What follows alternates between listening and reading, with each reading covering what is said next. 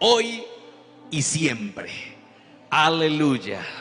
Siéntese por favor tomando su lugar y estando cómodo en el nombre del Señor. Y vamos en esta noche a meditar en la palabra de fe.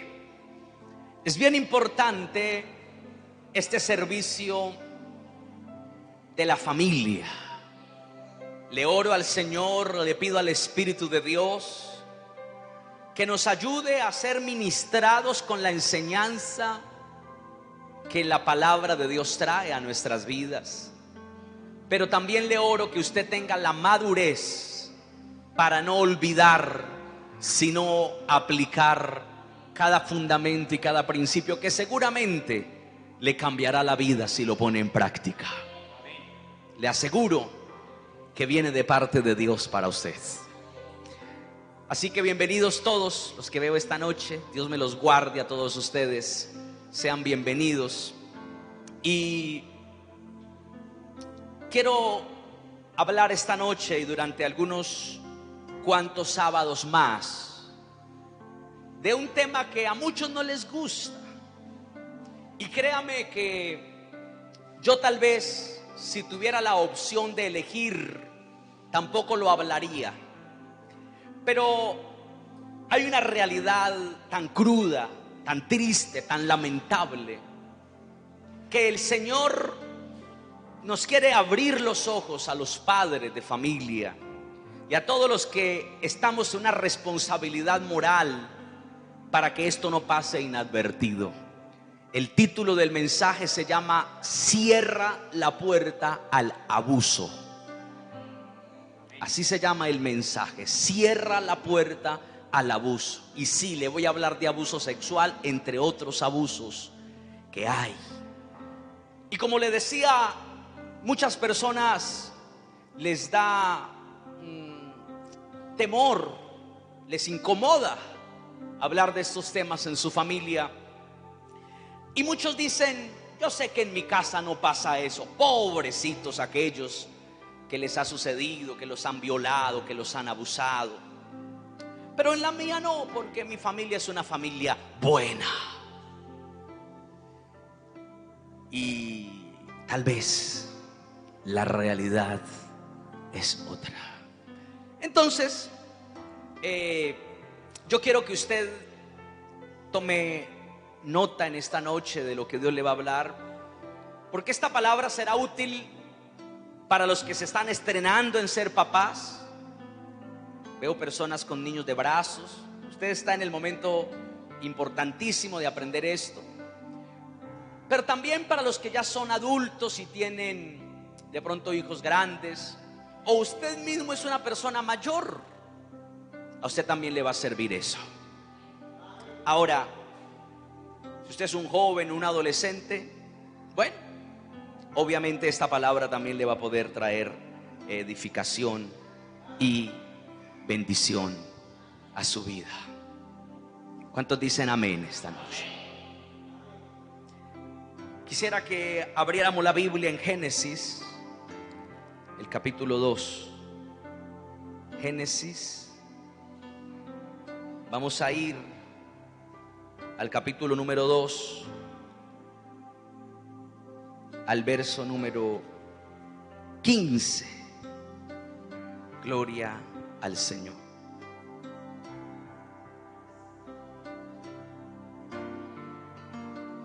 Génesis capítulo 2, verso número 15, dice la Biblia. ¿Ya lo encontró? Fácil en el principio de la Biblia. Tomó pues Jehová Dios al hombre y lo puso en el huerto de Edén para que lo labrara y lo guardase. Amén. Dios pone a Adán en el huerto de Edén y lo pone allí a hacer una tarea. Pero el huerto de Edén representaba la familia que Adán tenía. Amén. ¿O Adán era solo? Adán tenía una familia. Y a esa familia había que hacer estas dos cosas: labrarla y guardarla. Labrar significa extender, multiplicar, hacer prosperar, hacer crecer. Entonces, cuando un padre de familia, cuando una madre se esfuerza por brindarle una buena educación a sus hijos, por pagarles un buen colegio, una universidad, por llevarles las cosas necesarias para que ellos tengan allí sus necesidades suplidas, porque puedan dormir en una buena cama, porque puedan tener buenos útiles escolares, porque puedan disfrutar de ropa, de comida, ese padre y esa madre está labrando a ese hijo. Lo está haciendo crecer con buena comida, con buenos alimentos, con buena ropa. Lo está labrando. Pero no solamente hay que labrarlo. ¿Qué más hay que hacer? Hay que guardarlo. Y la palabra guardar significa cuidar de él. Adán tenía que cuidar de ese huerto. Y quiero decirle que la labor de todo padre, ¿dónde están los papás y mamás? Es custodiar y velar por la protección de sus hijos. ¿Me está escuchando? Hay que custodiar a esos hijos, hay que volvernos guardas de esos hijos. Muchos padres están desentendidos de esta tarea. Muchos padres están diciendo: él se fue por allá con unos amigos, yo no sé hacer qué, pero más tarde vuelve. Y no está pendiente. ¿Y usted por qué suelta a su hijo por allá que se vaya y no está pendiente de él? Porque yo confío en él. Porque él me ha demostrado que él es un muchacho muy juicioso. Pues no debería confiar en él. No debería confiar en su hijo, porque muy posiblemente lo que le esté diciendo sea mentira. Porque muy posiblemente el juicio que le presenta ante sus ojos no es el juicio que le muestra a sus amigos y a su entorno. Pero eso es para hijos ya más grandes. ¿Y qué de ese niño que todavía no habla? ¿Y qué de ese niño que está en párvulos, que está en transición, en los 30.000 grados que hay antes de hacer primero, que era el único que uno conocía? ¿Qué de ese niño? ¿Será que a él no hay que cuidarlo? ¿Será que ese niño no corre riesgos y peligros afuera o adentro de la casa? ¿Ustedes qué dicen? Claro que sí. Entonces quiero que esta palabra nos ponga en alerta y nos abra los ojos a todos en el nombre del Señor Jesús. Porque enlazándome con el mensaje que terminé la semana pasada, nosotros heredamos una maldición generacional de nuestros padres, y es hijos que llegaban sin ser deseados. ¿Sí o no? Los hijos llegaban y entonces el marido le decía: vaya y mire, hágase la prueba a ver si es que está preñada o qué. Y entonces la señora iba, se hacía la prueba, el examen de sangre, que era el más eficaz en ese tiempo, y le decía: sí, mi hijo, mire que estoy embarazada. Bueno, ¿qué vamos a hacer? Ya Dios lo mandó. Otro zurrón, otro buche, pero ahí nos dará Dios. Porque la gente que era de alguna manera respetuosa de Dios, le daba miedo, porque se había enseñado que era pecado planificar la familia, planificar el número de hijos. Se enseñaba que eso era pecado. Entonces no la planificaba, pero lo recibían como quien no quiere la cosa, como que me toca. Y cuando usted no quiere algo, cuando usted le regalan algo que usted no quiere, usted lo deja por ahí, usted lo descuida por ahí. ¿Sí o no? ¿Aló? Cuando usted trabajó por comprarse su primera moto, ¿cuántos se acuerdan de eso? Usted durmió esa noche con esa moto. Ahí le puso una cobija encima para que no aguantara frío, porque era algo que usted deseaba, ¿sí? Y lo digo por experiencia propia. Entonces, sí, claro. Pero cuando a usted le dan algo o tiene algo que usted no quería, y entonces a usted le dan algo y usted no lo deseaba, pues usted no le va a prestar mucha atención. No estamos hablando de algo, estamos hablando de alguien. Pero un hijo, donde hay muchos hijos, donde hay una mala convivencia intrafamiliar, los hijos eran ¿qué? Descuidados. Y así crecieron nuestros padres, descuidados. Y nosotros entonces nacimos, de pronto no sé, deseados o no deseados, eso es otro tema. Pero entonces recibimos esa maldición generacional. En muchos casos, seguramente habrán algunas excepciones aquí, pero en muchos casos de también descuidar los hijos, de también, hermano, dejarlos, hermano. Y la Biblia dice que los hijos, así sean 8, así sean 10, yo lo animo a que usted planifique su familia y sepa cuántos hijos quiere tener. Eso no es pecado, es correcto que usted tenga un número determinado de hijos conforme a la dirección que el Señor le dé, orándole al Espíritu Santo de Dios.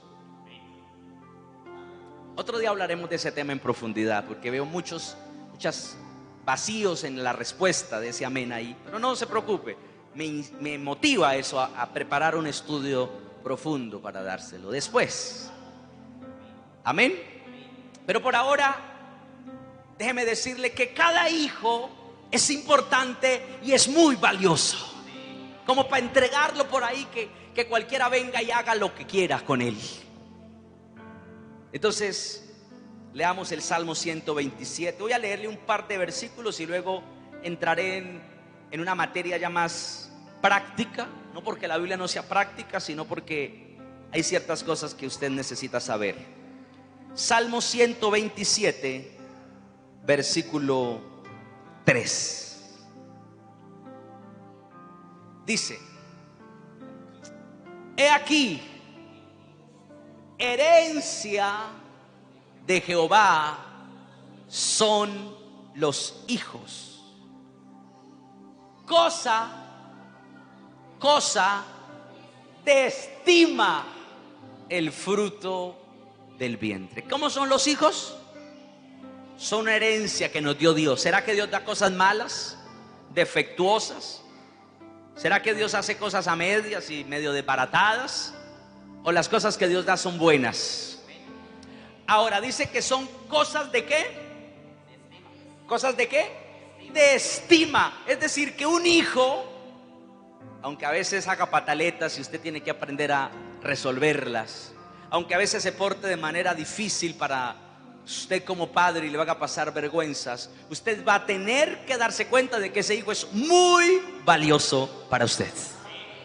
La TLA, ¿qué dirá ese versículo? Gracias. Los hijos que tenemos son un regalo de Dios. Los hijos que nos nacen son nuestra recompensa. Gloria a Dios. Gracias, profe. Entonces sí es importante prestarle cuidado y atención. Ahora, papás y mamás o los que planean serlo, ¿en qué momento habrá que empezar a prestarle atención y cuidado a ese hijo? ¿Desde que nace? ¿Desde que tiene 1 año? ¿Desde que empieza a gatear? ¿Desde que está en el estómago? ¿Tan pronto, tan rápido?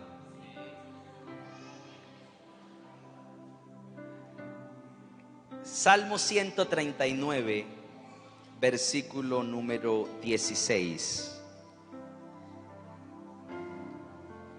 Salmo 139, 16 dice: mi embrión. Esa la leemos en la tele ahorita, a ver si nos dice algo más de la palabra embrión. Pero ya la embrión es... ¿Alguien sabe lo que es un embrión? ¿Es un feto? No. El embrión es cuando el óvulo ha sido ¿qué? Fecundado por el espermatozoide. ¿Sí sabe eso, cierto que sí? No tengo que darle esa clase tampoco, usted la conoce. esa célula fecundada, como la llamaría la biología, se llama embrión. Y la Biblia dice: mi embrión vieron tus ojos, y en tu libro estaban escritas todas aquellas cosas que fueron luego formadas, sin faltar una de ellas. Cuán preciosas me son, oh Dios, tus pensamientos, cuán grande es la suma de ellos. Amén. Así que la Biblia me dice que el cuidado de un bebé o de un hijo empieza desde que es un embrión. Y la mayoría pues obviamente no saben en qué momento el embrión fue fecundado. Hay que esperar mínimo unas cuantas semanas para que algunos signos dentro del cuerpo femenino empiezan a mostrar diferencia. Dice la TLA: tú viste cuando mi cuerpo fue cobrando forma en las profundidades de la tierra. Aún no había vivido un solo día cuando ya tú habías decidido cuánto tiempo viviría. Lo habías anotado en tu libro. Amén. Entonces, sí es importante destacar que ese embrión fecundado ya merece cuidado. Y lo correcto sería, y yo sé que usted lo ha escuchado, que esos padres le pudieran hablar a ese embrión. El vientre de la madre está plano todavía, o más o menos plano, porque si ya, bueno, el vientre todavía no empezaba a crecer, digamos, para no enredarme. Pero ya ese padre y esa madre puede hablarle y decirle: hijo, te estamos esperando. Sé que te vas a empezar a formar. Sé que apenas van a empezar a aparecer los órganos que te definen como una persona. No sabemos si serás un varón o serás una mujer, pero lo que sí sabemos es que te estamos esperando ansiosamente aquí y queremos verte muy pronto. Esas palabras se van directo al alma de ese niño o de esa niña y van a producir en él aceptación, firmeza y una clara identidad de lo que es. Ay, ¿por qué hay tanta gente hoy en día con problemas de identidad? ¿Por qué hay tantas personas, unos que se creen caballo, otros que se creen yegua, otros que se creen árbol? Porque no tuvieron identidad desde que eran niños, porque desde que eran bebés les dieron rechazo, rechazo y rechazo. Y hoy en día, con sus problemas de identidad, siguen recibiendo más rechazo. Pero ese es otro tema del cual ya hemos abordado. El alma de ese embrión debe saber, debe oír y debe recibir la aceptación de sus padres. Pero cuando los padres, sobre todo cuando el papá, pronuncia palabras de maldición sobre su hijo diciendo: ¿qué problema? ¿Cómo así que usted se dejó preñar? ¿Cómo así que usted no se cuidó? Esas palabras le dan derecho a un espíritu de muerte para que se ponga a hacer lo que ese papá y esa mamá no quieren, y es cuidar, entre comillas, de ese bebé. Y el diablo y los demonios hacen muy bien su trabajo de destrucción, de enfermedad, de desgracia.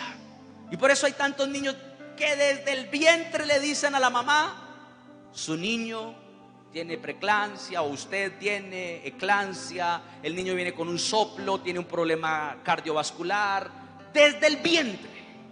Porque desde el vientre sus padres dijeron: no lo queremos. Entonces hay que corregir eso, confesándolo delante del Señor. Si ya usted tuvo sus hijos y pasó por esta situación. Yo creo que los cristianos nos ha faltado instrucción en cuanto al cuidado de nuestros hijos.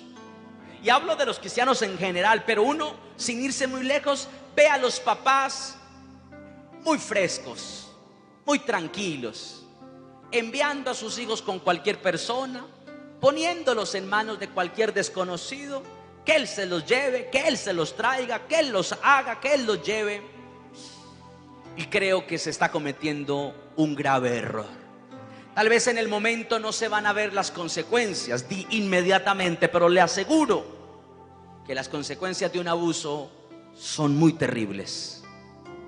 Y que Dios nos ayude. Ya, el niño pasó las 40 semanas, pasaron los 9 meses. ¿Y qué? Nace.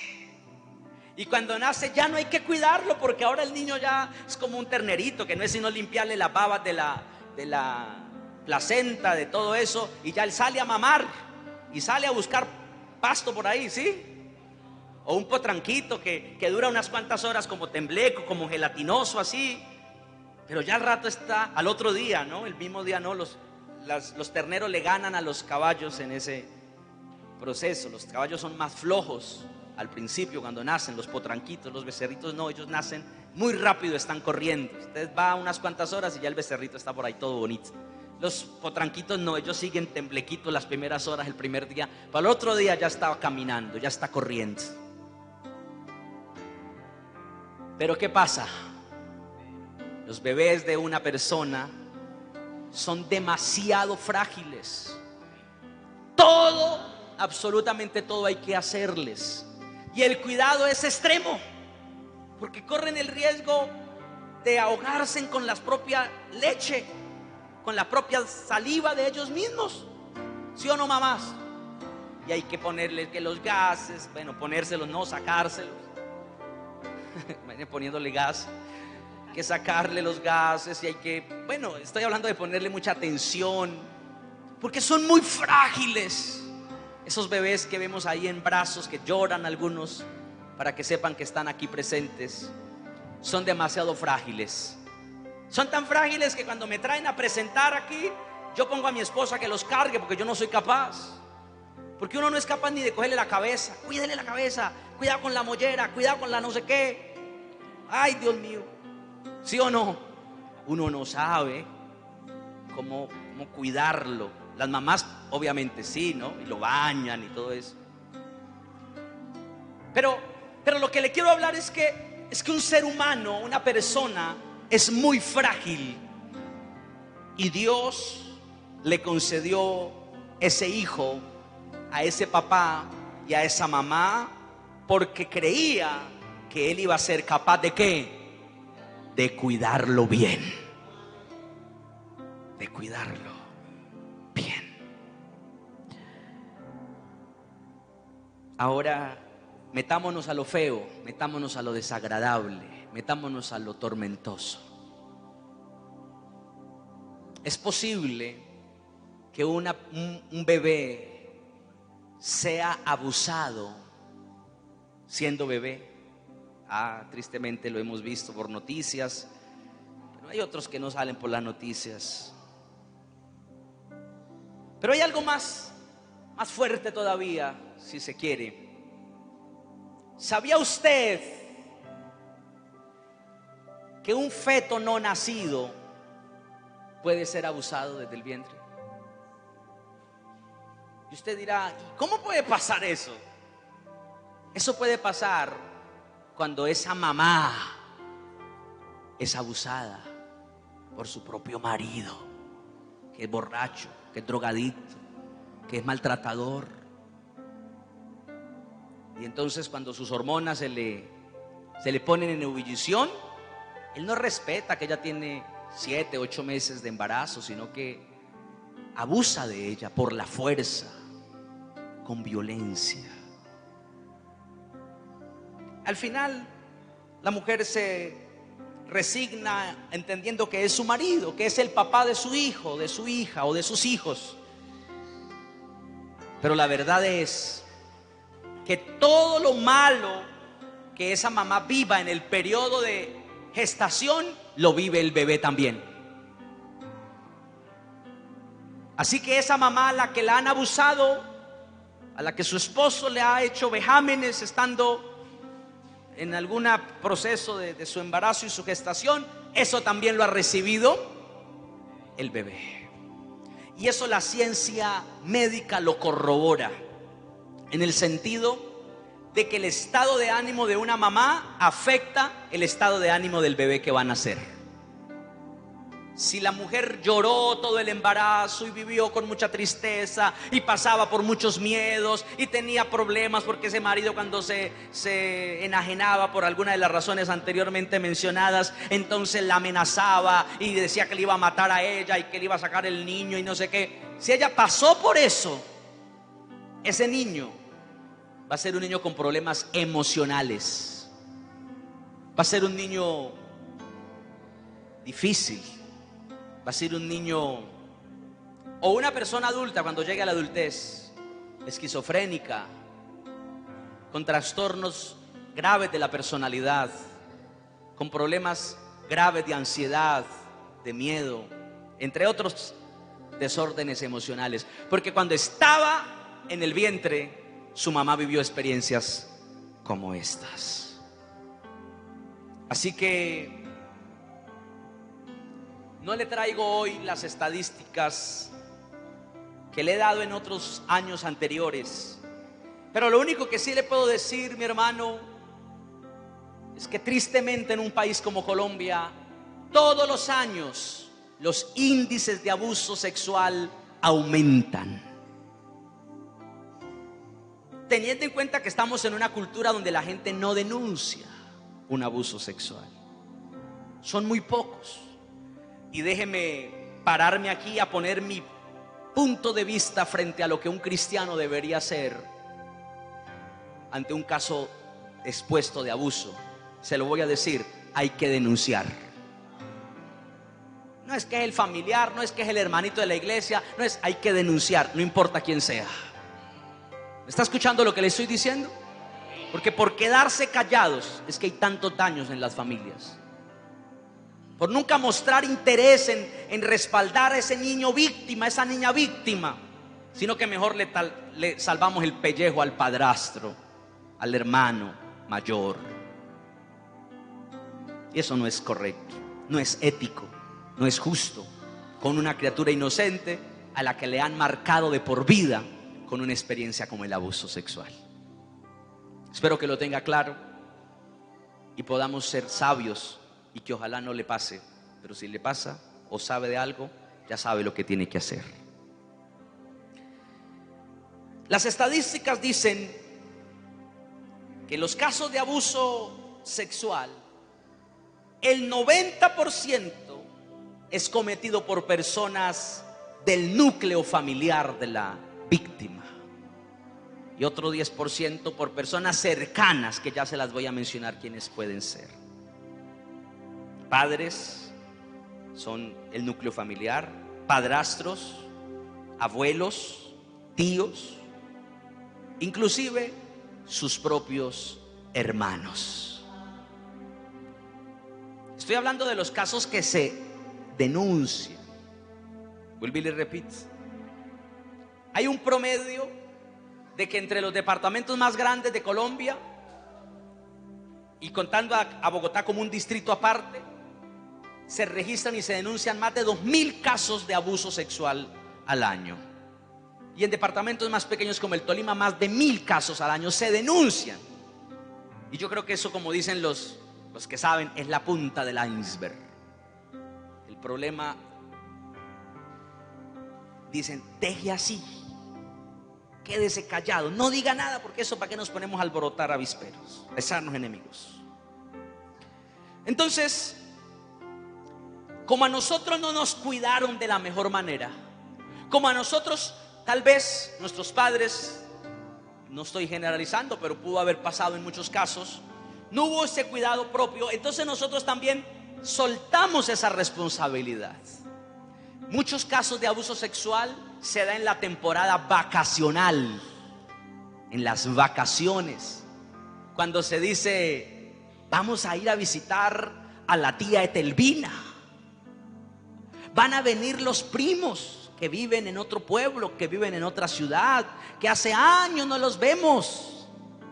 En esa temporada suceden cosas, y yo he escuchado, porque Dios me ha dado el privilegio de ser consejero familiar y escuchar de situaciones personales en donde muchos hoy con tristeza dicen: a mí me abusó un primo que tenía 14 años, que tenía 15 años, que tenía 13, yo tenía 8, yo tenía 6. Y entonces nos dijeron: vinieron los primos, acuéstesen con el niño, duerman ahí, porque el niño, porque el primo, ¿qué puede hacer de malo? El primo es el primo. Pero resulta que ese primo de 12, de 13 ya vive viendo pornografía, ya vive consumiendo una cantidad de cosas. Entonces él ya tiene perversión en su mente y él las quiere llevar a la práctica con el otro niño, y lo toca y lo manosea, y eso ya es un abuso. No se preocupe, que ahorita le voy a decir qué es un abuso y le voy a mostrar detalles, porque lo más probable es que cada uno de los que estamos sentados en una silla hemos sido abusados de una u otra manera, y no tiene que decirme amén a eso, pero cuando le demuestre y le ponga lo que significa abuso, de pronto usted va a empezar a ver las cosas de manera diferente. Porque es que hay abuso sexual directo y hay abuso sexual indirecto. Y si bien es cierto, en su mente puede estar claro el directo, de pronto el indirecto no tanto, pero las consecuencias sí están ahí. Porque las consecuencias siempre van a quedar. Entonces, no debemos ser ignorantes a que el principal peligro para un niño está dentro de su propio núcleo familiar. Ahí está el principal riesgo. Y el consejo que nos da el testimonio que hemos vivido de tantas personas es: tú como padre y como madre tienes que tener desconfianza de todos. No le estoy sembrando una paranoia en la que se vuelva un cazador de brujas, como dicen así, sino que le estoy diciendo que no confíe en esa persona que le trae dulces, en esa persona que le da cositas, porque por lo general son los más peligrosos. Ay, es que él me lo quiere dar, él siempre me le trae dulcecitos, él siempre me le da cositas, y a ella le gusta irse con el tío, a ella le gusta salir porque él siempre trae sus bombones, él siempre. Desconfíe de eso. Desconfíe de eso. Hermano, muchas veces los abusos sexuales son tan dolorosos, no solamente por lo que eso representa, no solamente por lo que eso significa para el niño, y hablo de lo que pasó en otro tiempo, ojalá y ya no pasara así, pero ¿sabe una cosa?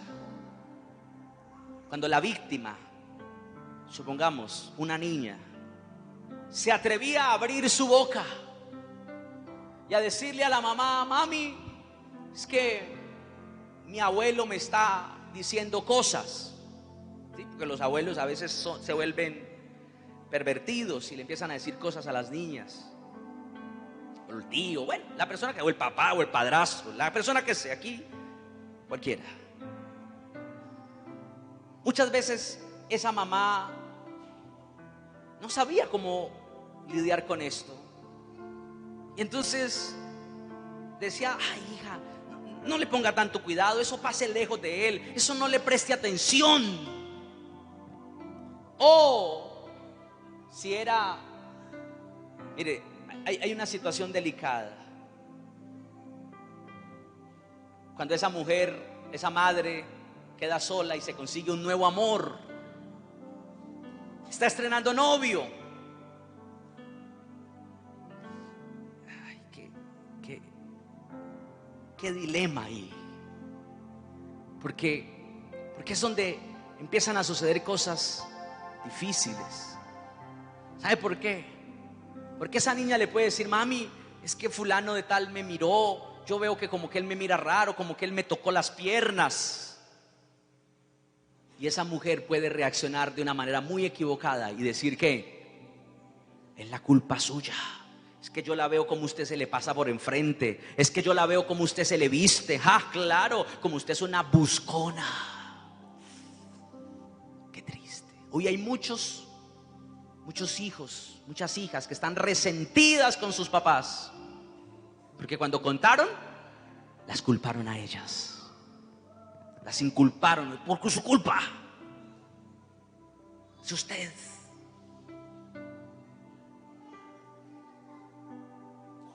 Algo delicado cuando descubre esa víctima, descubre, de pronto en el momento no lo descubre más adelante. Déjeme decirle algo delicado, pero que es verdad.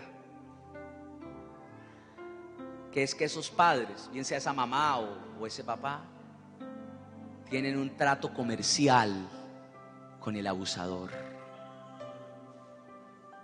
¿Usted qué me está hablando? Le estoy hablando de que ese abusador viene y le trae ciertos presentes, le da ciertas dádivas a esa mamá para que ella lo deje solo con la niña. Sí, yo sé que esto parece feísimo y usted diría, ¿a dónde me metí? Le estoy hablando de la realidad, para que usted abra sus ojos y pueda empezar a cerrarle las puertas a toda forma de abuso en el nombre del Señor Jesús. Y por ese descuido y por esa actitud hay muchas vidas dañadas. ¿Qué es el abuso sexual?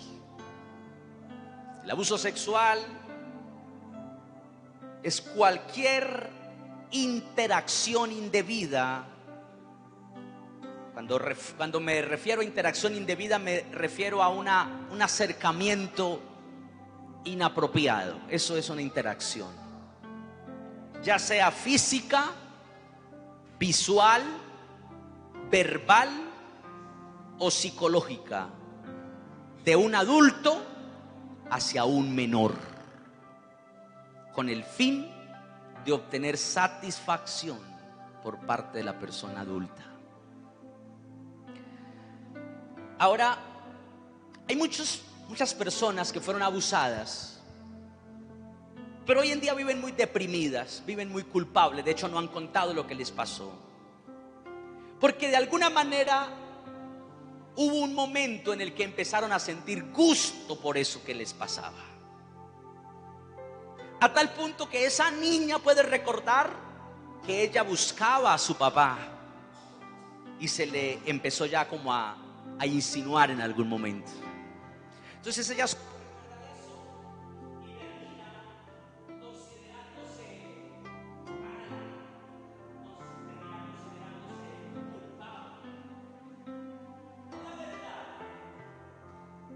es que los abusadores, cuando están dentro del núcleo o fuera del núcleo familiar, hacen algo que es empezar a ganarse a la persona para que sutilmente se activen en lo sexual. ¿Sí me está entendiendo o no me está entendiendo? Dígame sí. ¿Sí? Bueno, si no me entiende, pues después se lo explico más con plastilina. ¿Qué significa esto?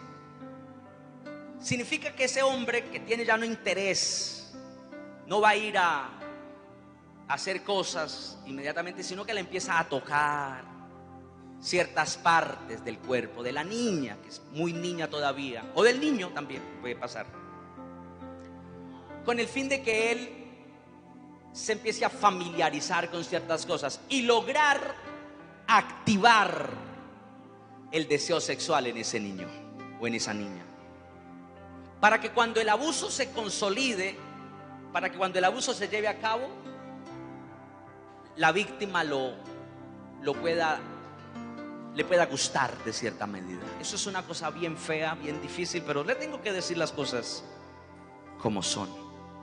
¿Para qué? Para que si usted fue víctima de un abuso, nunca crea que usted es el culpable. Nunca crea que usted fue el que era que como usted buscaba, que era que como usted como que le parecía bueno también. Hay una gran cantidad de personas que por supuesto aborrecen eso, pero vuelvo y le digo, queda ese margen de personas que vivieron lo que les estoy diciendo. Entonces, si a usted le llegara a pasar eso, usted no fue culpable, usted simplemente, déjeme utilizar una palabra, lo descosquillaron para que cuando viniera la situación fuera algo aceptable. dentro de la medida de lo posible. Pero abuso es abuso. Todo tipo de abuso es abuso. ¿Está conmigo? Muy bien. Así que le dije que un abuso sexual es cualquier interacción indebida, ya sea física. Ya le voy a hablar de las interacciones físicas. También es una interacción verbal. ¿Qué será? Ese abuso verbal sucede mucho en los colegios. Los muchachos se pavonean entre los otros, los mayores, los más grandes, le empiezan a contar a los más pequeños lo que ellos hacen. A veces lo hacen, a veces se lo imaginan o lo ven en pornografía. Pero ellos eso los hace sentirse con estatus. Y a veces los pequeños buscan a los grandes para eso, que los grandes les van a contar.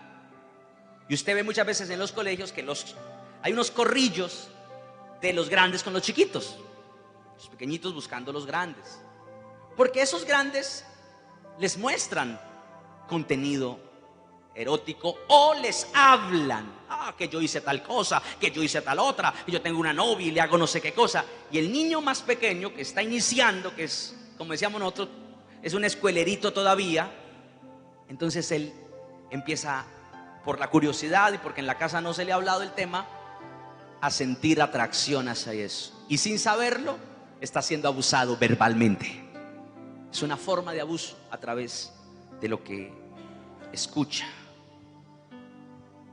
El abuso sexual siempre es intencional, nunca es accidental, porque los abusadores dicen: no, es que yo no quería, yo no sé a qué horas terminé allá, yo no sé qué me pasó, yo como que el diablo me metió allá. Y si bien es cierto, hay demonios detrás de todo eso, siempre hay una intención, nunca es accidental, y provoca daño mental, daño emocional y daño físico.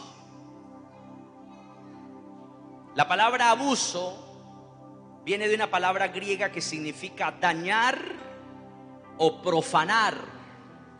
¿Sabe lo que es profanar? Cuando alguien violenta y le da un uso indebido a un templo sagrado. Pues déjeme decirle que el cuerpo nuestro es el templo del Espíritu Santo de Dios. Y cuando alguien le da un uso indebido, está profanando ese templo. Por eso abuso significa dañar o profanar. Los abusadores son personas cercanas del núcleo familiar o conocidos de la víctima, alguien con quien tiene algún tipo de relación, como por ejemplo parientes cercanos, amigos de la familia, cuidadores de niños, docentes. Y obviamente no voy a generalizar ni decir que todos, pero siempre hay que tener un cuidado muy estricto con esto. ¿Me está escuchando? Médicos, empleados de la casa, el novio casual o permanente de la madre, vecino, entrenadores deportivos, líderes religiosos. Y aquí con vergüenza tenemos que ver cuando salen esas noticias de pastores y sacerdotes que se han aprovechado de esa oportunidad de la confianza para abusar de los niños. Por eso le digo, no confíe. El amigo mayor. No es normal que un amigo de 17 años ande con un niño de 10. No es normal. O sea, usted ve los niños, ellos en la misma edad más o menos, siempre se buscan en el mismo rango. No hay problema. Bueno, hay que cuidarlos, pero obviamente ellos están jugando a sus cositas, están en un rango muy similar. Pero cuando ya hay uno muy grande metido en ese grupito pequeño, desconfíe. De hecho, no deje que su niño esté en ese grupo, porque ese amigo grande no tiene buenas intenciones, no quiere venir a jugar a la lleva con ellos, no quiere venir a jugar al escondite, no. Bueno, sí quiere esconder, pero otras cosas, ser dañino. Entonces, un amigo mayor, un familiar mayor. Leamos un poquito de Biblia para que usted no se me distensione un poquitico, porque siento una tensa calma en el auditorio esta noche. Como que todos quisieran decirme: no hable más de eso, por favor. Y supiera usted que apenas estoy empezando esta serie. Hoy apenas es el comienzo. Pero que Dios nos ayude a conocer la verdad. Salmo número 10. Salmo número 10.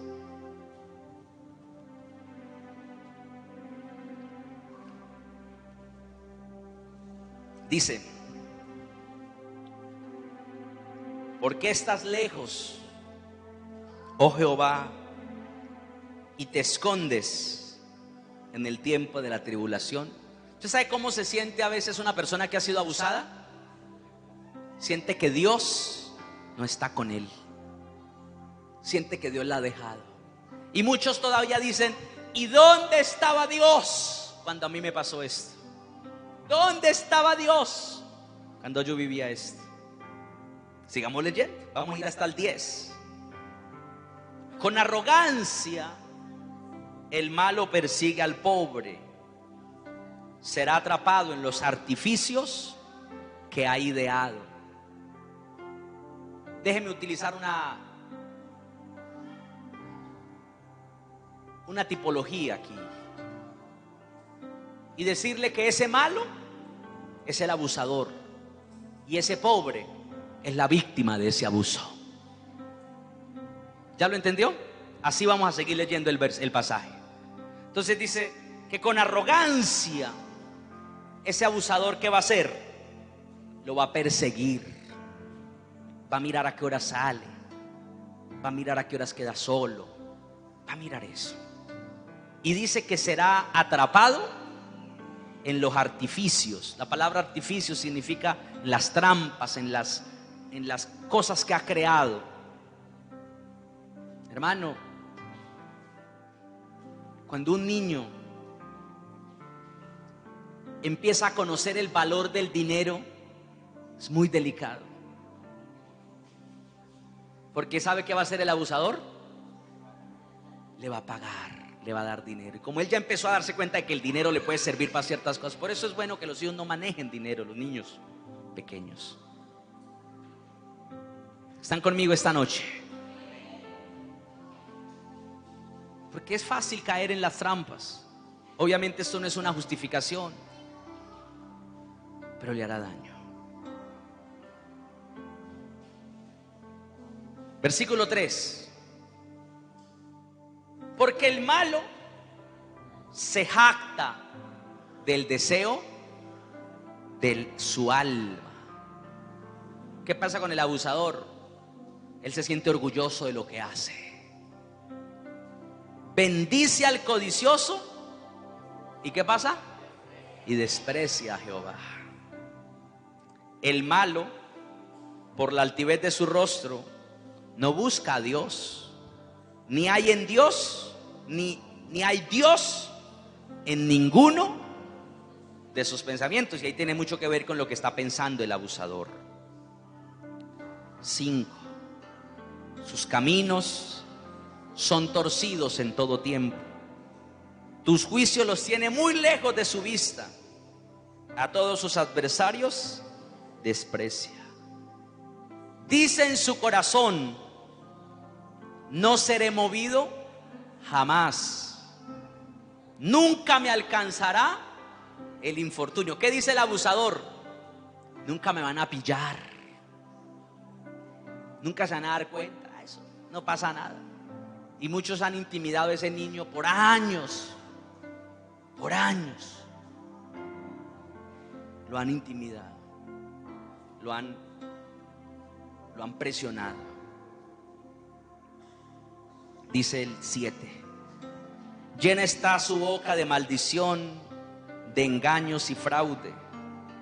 Debajo de su lengua hay vejación y maldad. Se sienta en acecho cerca de las aldeas, en escondrijos mata al inocente. ¿Sí se está dando cuenta usted de lo que le estoy hablando? Sus ojos están acechando al desvalido. ¿Sí sabe quién es el desvalido, el inocente? ¿Sí o no? Esa es la víctima, es ese niño, esa niña, esa persona menor indefensa. 9. Acecha en oculto como león desde su cueva. Acecha para arrebatar al pobre. Ya le dije quién es el pobre. Arrebata al pobre trayéndolo a su red. Se encoge, se agacha y caen en sus fuertes garras muchos desdichados. Yo creo que Dios estaba hablando aquí de gente que abusa niños, de gente que persigue un placer a través de todos estos pecados. Así que mi hermano, no importa quién sea el que cometa el abuso, todo abuso tiene que ser denunciado. Y si usted dice, pastor, es que es un cristiano, es que es un hermano de la fe, con mayores veras, porque ese hombre cristiano debería haber buscado la sanidad en Cristo para que sus emociones sean libres y para que no esté atado con esto. Y si no lo es, pues igual. ¿Sabía usted de que así como hay abusadores varones, también hay abusadoras mujeres? ¿Sabía que hay mujeres que fueron abusadas por una tía? Que hay niños que fueron abusados por una mujer. Bueno, ya hoy en día no son niños, ya hoy en día son adultos, pero nos lo han contado. Por eso usted no puede decir, no, ella es de confianza. Y quiero hacerle un pequeño cuestionario de preguntas poco personales y íntimas, que para su bendición no tendrá que decir amén a cada una de ellas ni responder sí o no, no se preocupe. Pero le voy a preguntar para que usted mire si acaso usted fue abusado. Y voy a comenzar con el abuso sexual indirecto. Si a usted le pasó alguna de las situaciones mencionadas a continuación, usted fue abusado. Pregunta: ¿usted era observado por alguien cuando se vestía o cuando se bañaba? Veía siempre a un hermano mirándolo, un tío, alguien que se metía en la pieza así de repente, o quitaba la cortina de plástico que era la única puerta que había en ese baño a la intemperie. Nada más desagradable que un baño sin puerta. Nada más peligroso que un baño sin puerta. Y nuestra cultura es una cultura de baños sin puerta. Y apenas terminemos esto, haremos baños con puertas aquí para la gloria de Dios. Yo no quiero baños con cortinas, quiero baños con puerta que usted la pueda cerrar por dentro. ¿Sí o no? Usted de adulto pues se incomoda ahí, pero pues al menos usted es grande y cuando usted siente que llega otro, usted se pone a cantar Cristo rompe las cadenas. Ya si se le mete porque ya quiere hacer algo malo y ya ahí es otra cosa. Pero un niño, es bien delicado eso. Entonces, pregunta: ¿usted fue observado por alguien cuando se vestía o cuando se bañaba, cuando se quitaba su ropa, cuando se desvestía? Eso es una forma de abuso. Pregunta: ¿estuvo expuesto intencionalmente a la desnudez de alguien mayor? Su mamá, su papá se le desnudaba enfrente, ¿usted lo veía? Eso es una forma de abuso. ¿Está escuchando? Es una forma de abuso. Inclusive la cultura de bañarse el adulto con el niño juntos, eso es una forma de abuso. Se llama abuso sexual indirecto.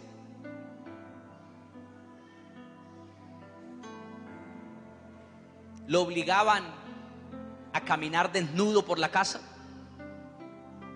Eso es una costumbre que a veces se usa, sobre todo en estos pueblos de tierra caliente y sobre todo en gente estratos bajos. No estoy discriminando a nadie, pero uno lo ve. Yo lo veo en la cuadra a veces, en las calles a veces. Y ese niño que camina desnudo por la calle es un niño que está siendo abusado por todos los que lo pueden ver.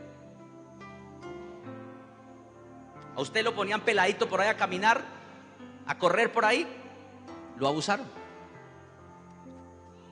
Pastor, no me tocaron. Es un abuso sexual indirecto.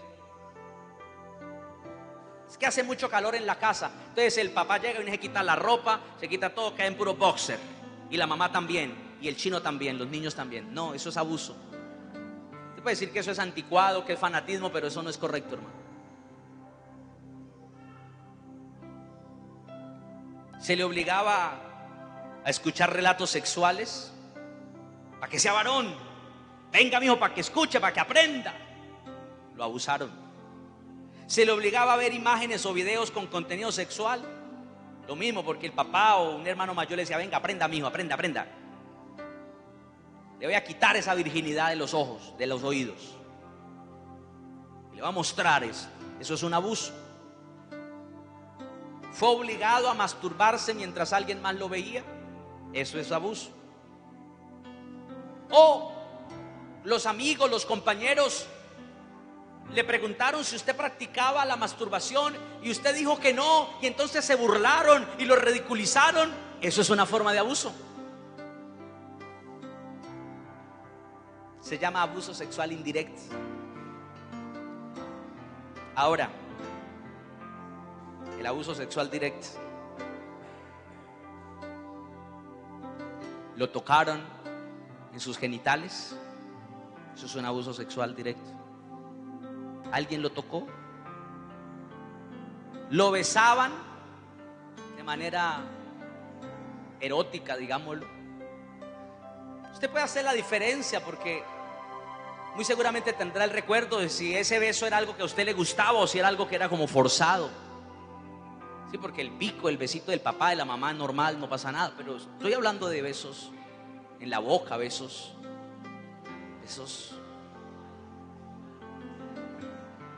Hay padres que le dan besos en la boca a los hijos. Eso no se debe hacer. Es una forma de abuso para esos hijos. No hay que hacerlo porque el niño todavía no ha determinado ningún tipo de actividad, de deseo sexual, y se lo está activando. ¿Usted sabía que el vínculo sexual más fuerte es el beso en la boca? Por eso yo a los novios les aconsejo y les digo: no se besen. Novios, de hecho, no se toquen.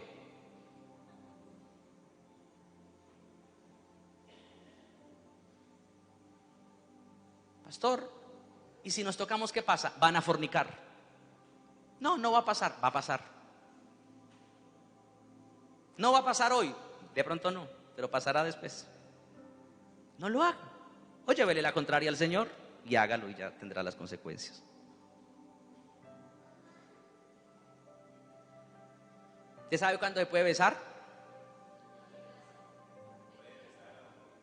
¿Cómo, hermano Juan? Le dice el pastor: puede besar a la novia. Ahora sí la puede besar. Y ahí sí les da pena besarla. Ahí sí no pueden. Sobre todo los que ya tienen como 5 hijos y 10 nietos. Puede besar a la novia y la besa en la frente, la besa en la nariz, la besa en la oreja. Díganmelo a mí, que casaba varios.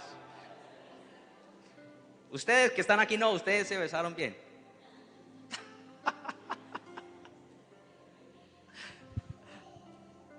Hermano, fue obligado a tocar órganos sexuales de otra persona. Eso es abuso. Fue obligado a practicar algún tipo de sexo oral, manual a otra persona. Eso es abuso. Así que nosotros tenemos que identificar, primero, si fuimos víctimas del abuso, que muy seguramente de alguna de estas maneras pasó, directa o indirectamente. Y si no pasó, usted es un bienaventurado y lo felicito, que Dios lo bendiga muchísimo. Pero si no, no se sienta mal, resolvamos eso para arrebatarle el derecho legal de que Satanás toque nuestros hijos, para arrebatarle el derecho a que Satanás toque nuestra descendencia y nuestra familia en el nombre de Jesús. Ningún abuso sexual queda sin consecuencia, porque en cada abuso los demonios tocan a ese niño porque hay un derecho que viene con autoridad para dañar el resto de su vida. ¿Cómo que un derecho? Romanos capítulo 1, no lo busque. Romanos capítulo 1 dice que la consecuencia de la idolatría, después de haber conocido a Dios, no le glorificaron como a Dios, sino que se envanecieron en sus razonamientos y empezaron a invocar, a adorar a las criaturas antes que al Creador. La Biblia dice que el resultado de las consecuencias de la idolatría es la inmoralidad sexual. Deshonraron entre sí sus propios cuerpos, ya que cambiaron el uso natural de la mujer, hombres con hombres, y se encendieron en sus lascivias. Y las mujeres también, dejando el uso natural de la mujer, se encendieron en sus lascivias.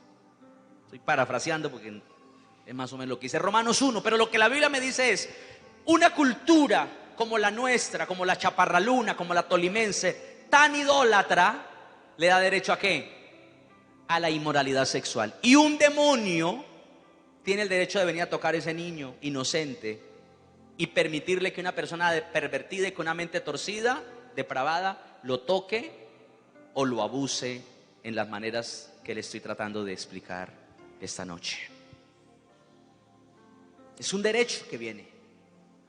Ahora, la idolatría es la misma inmoralidad. Una persona que está abusando de otros, pues obviamente le da derecho a que sus hijos sean ¿qué? Abusados, obviamente. Es un derecho.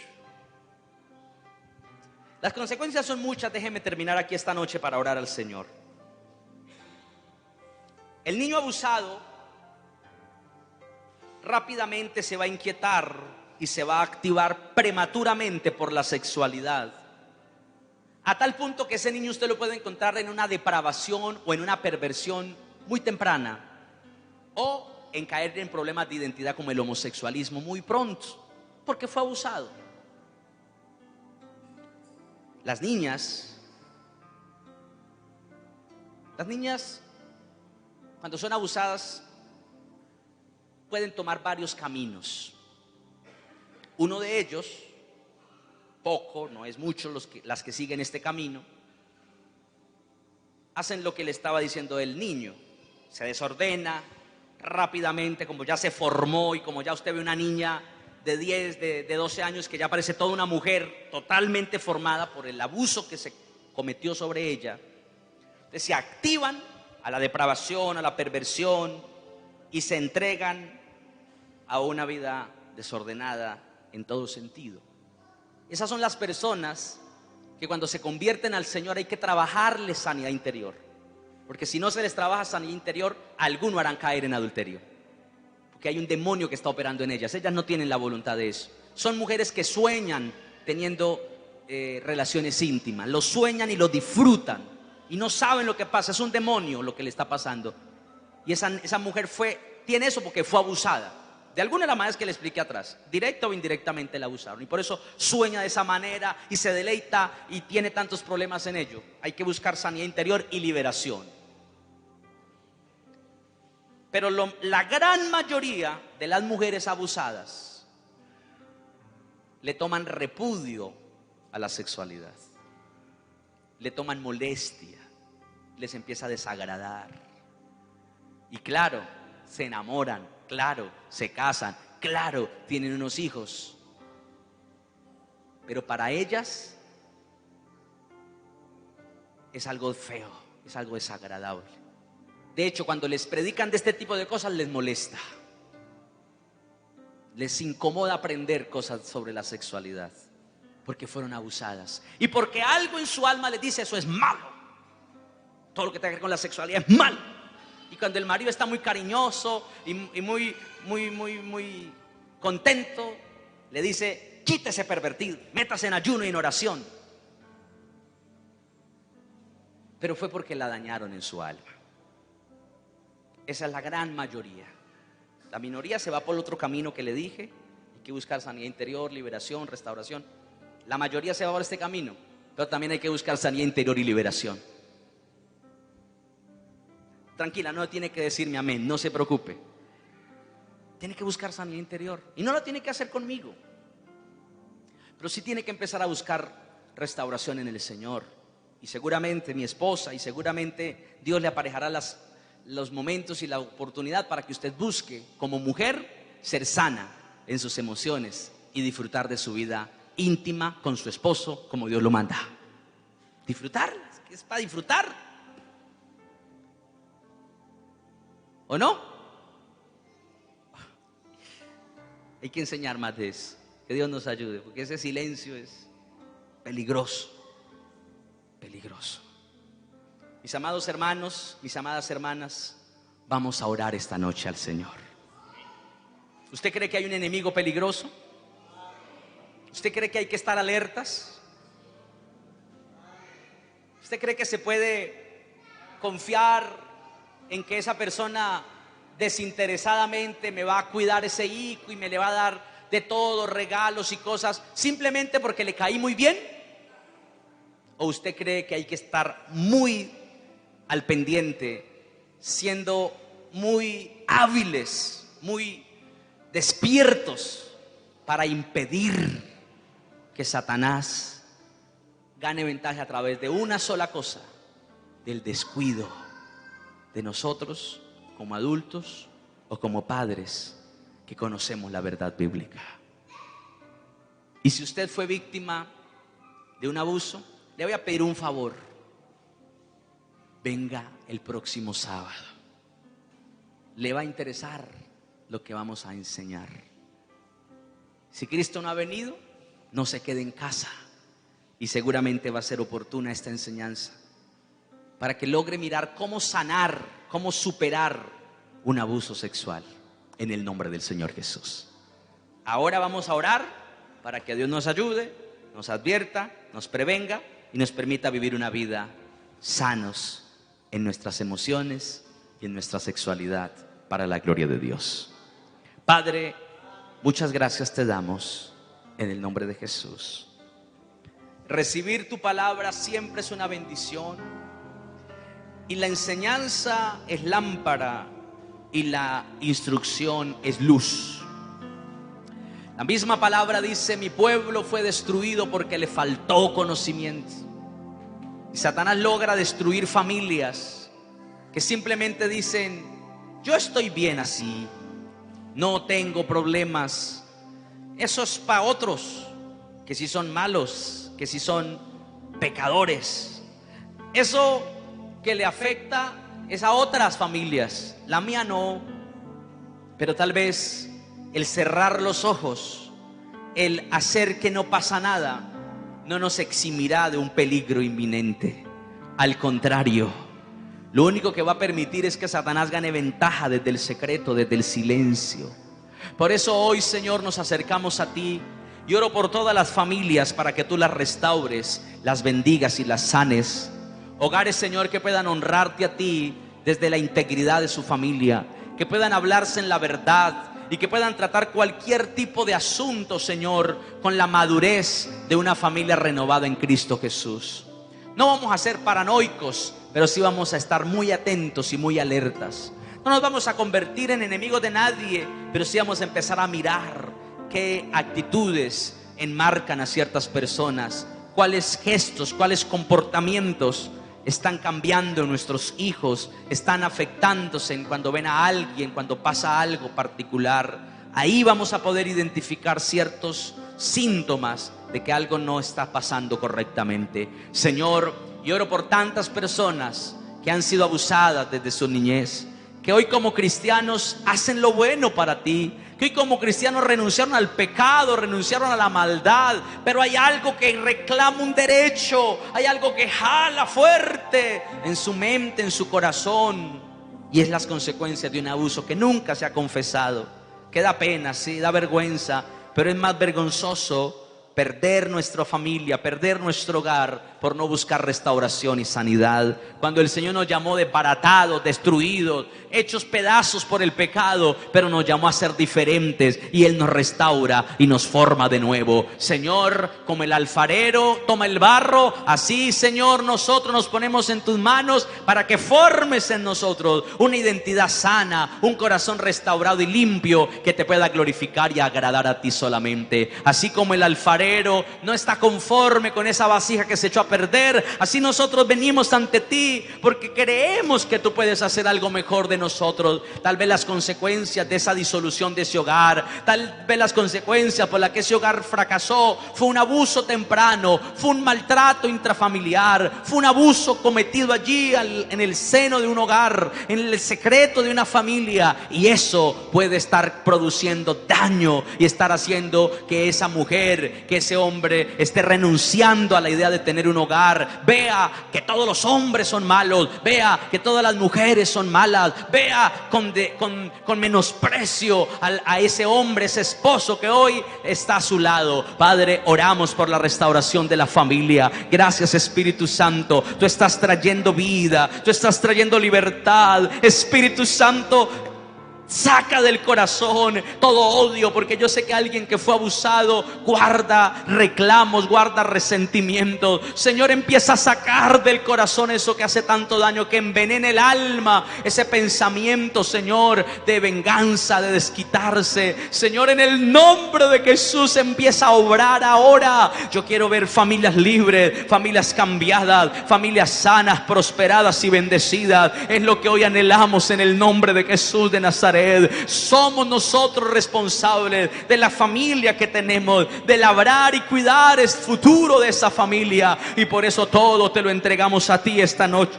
Y por eso todo lo ponemos delante de ti en esta noche, Señor. Entra en nuestra casa, entra en nuestras familias y restaura, saca el desorden y establece el gobierno tuyo, y ven con tu poder y tu gracia a bendecir nuestras familias. Gracias, mi bendito Señor, en Cristo Jesús. Amén y amén. Aleluya. Esos buenos aplausos al Señor.